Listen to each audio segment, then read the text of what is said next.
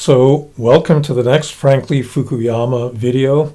This video channel is linked to my Frankly Fukuyama blog that is on American Purpose, which is part of the Persuasion family. The link to the written blog will be in the description below. So I would say that I get asked about the implications of AI for the future of democracy and politics probably 2 or 3 times a week. And this has been true really over the last 2 or 3 years. I really was reluctant to think about this, and I never quite understood some of the more extreme fears about the future of AI, but I've now come to understand that there is really going to be a problem. As Geoffrey Hinton has indicated in some of the very interesting interviews he's given, Hinton was one of the fathers of modern AI. There's really 2 categories of fears. So the first one is pretty obvious, and it's out there right now, that AI can be used by bad people to do bad things. AI gives you a powerful set of tools where you can break into bank accounts, you can do deep fakes, you can imitate people and get them to say things that they never actually said, you can manipulate politics. All of these things are present right now. Through my Instagram feed, I would say that roughly half the videos I see there now are actually deep fakes, and some of them are very hard to detect. That's just going to get worse. It's going to reduce the trust that we have in media and the information that we receive increasingly online. So that's a pretty well understood set of worries. The ones that I couldn't really know how to evaluate were the so-called existential fears that many people expressed, that AI would somehow pose a risk to the human race as a whole. But I think that I now understand a pathway by which you could get there. The original problem I had with this whole point of view was that it seemed to me you could always turn the machine off if it became too dangerous. But I think that there is a pathway that is increasingly clear, and it comes not through generative AI, but actually through what's now called Agentic AI, where responsibilities are actually delegated to computers. This has existed for a long time. I mean, if you are used to using a Linux operating system, you have these things called daemons that are operating in the background. They monitor the performance of the computer, and they'll do stuff, under certain conditions without being told. But in the future, there's going to be a lot more delegation to AI agents who will be doing something more than simply checking your calendar to see whether you're free on the date that you agreed to meet somebody. I think that I have a certain amount of insight about this because I've been doing a lot of thinking about the general problem of delegation. As I've said on previous videos, I think that delegation is one of the central problems, not just in organizations, but for politics more generally.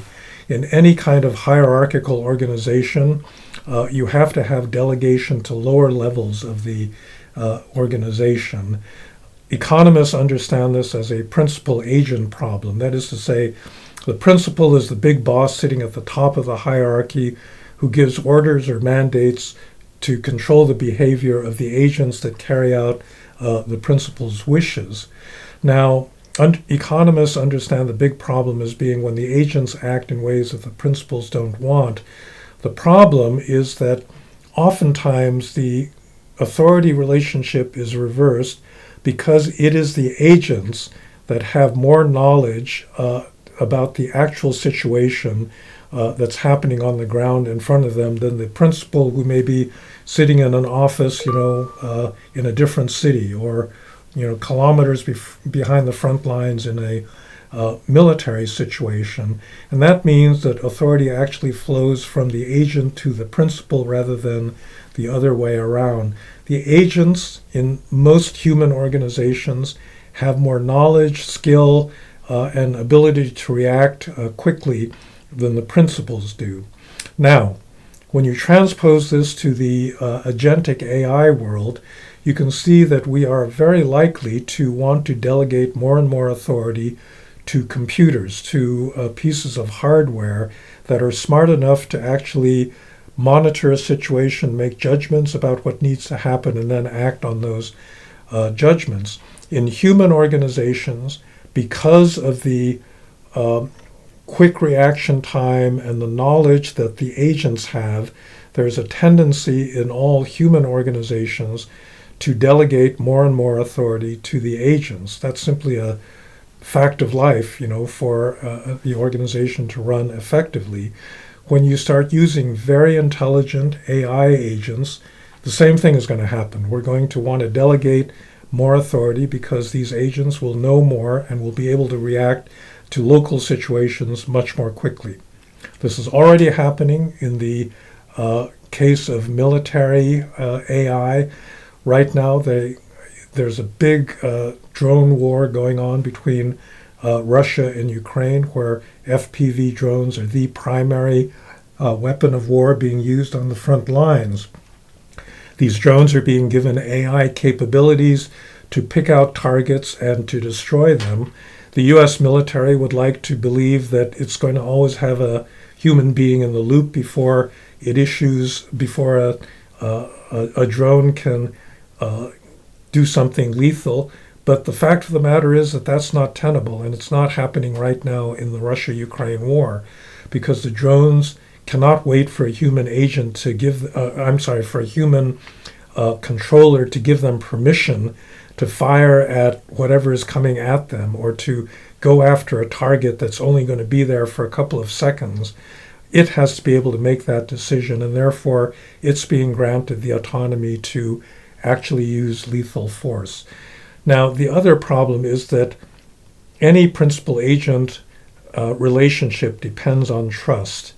You can try to monitor the behavior of the agent externally, but really what you want is an agent that you can trust in terms of its ability to do its job and its loyalty to you, the principal.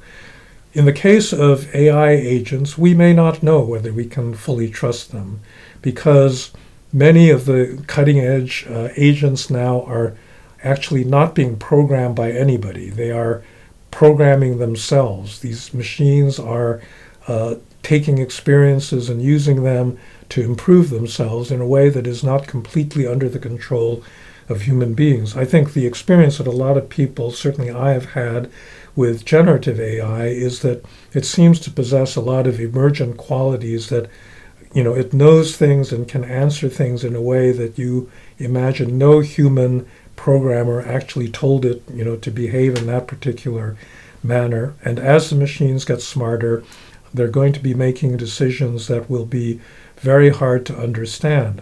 Can you trust a machine of that sort? There are a lot of obviously dystopian science fiction movies about robots running wild, but it does seem to me that it is very, very likely that we are going to edge towards that sort of world, because precisely we need to delegate authority to machines. We're not going to want to turn them off, and at some point we may not be able to turn them off. So these kinds of insights don't come from any special knowledge I have about AI or its future. They do come from a certain knowledge of the way that hierarchies work, and the way that delegation is both necessary but also dangerous in any human organization. So if you appreciate the video and want to see more of them, please like it, and then subscribe to the Frankly Fukuyama YouTube channel. Thanks very much for listening.